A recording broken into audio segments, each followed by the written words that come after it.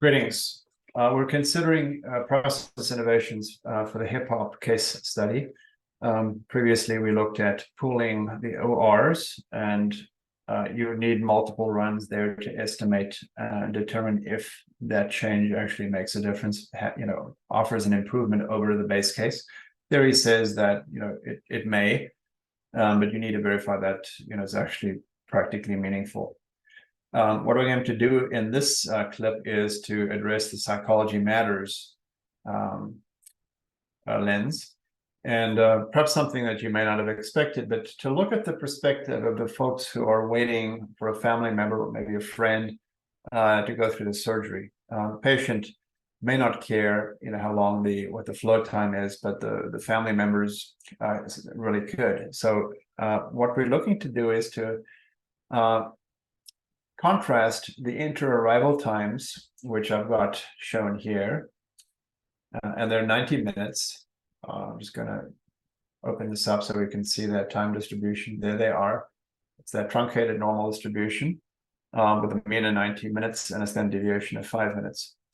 Now, from our prior experimental work, we know that these flow times have varied from anywhere from maybe 105 minutes, maybe up to like 3 hours, 180 minutes.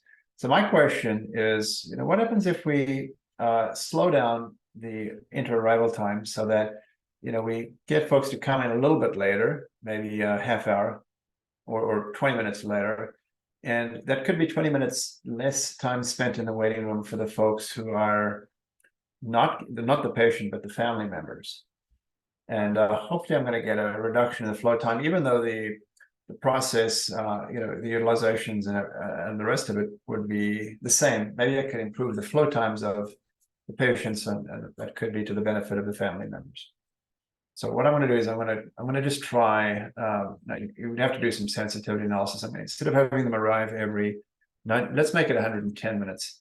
So 20 minutes later. Hopefully we can save them the family members 20 minutes of waiting time. And maybe that's not a big deal, but maybe it is.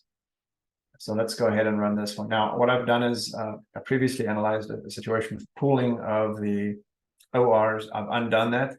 So I'm analyzing these changes in isolation. We're back to having 2 tracks of 2 ORs each. And you can see when I seize the OR here, I'm seizing from operating room pool B, and I'm also releasing. So this should be good.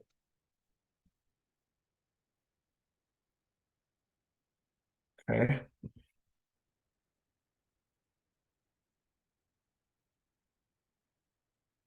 So I'm going to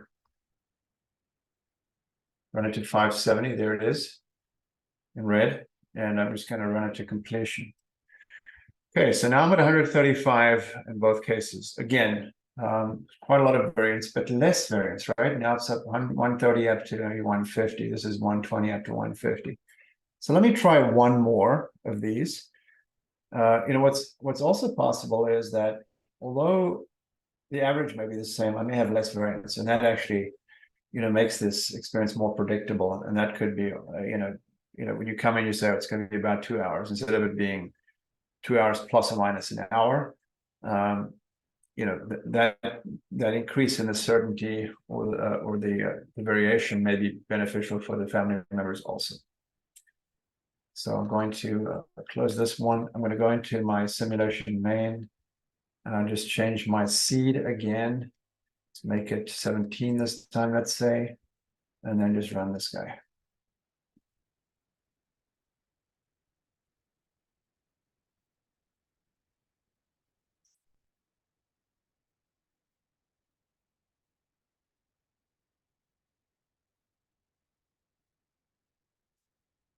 Okay, it's in the red. You say go. Now you'd have to do 5. But I'm seeing similar results, right? The variance seems to be way down. It's now in this track, I only got 4 done, which is not a good thing. 120 up to 140, but they're much more tightly bunched in duration now. This one's 130 up to maybe 148, 146, something like that. So tighter, but I'm worse off, right? Because I've only got 4 done in each.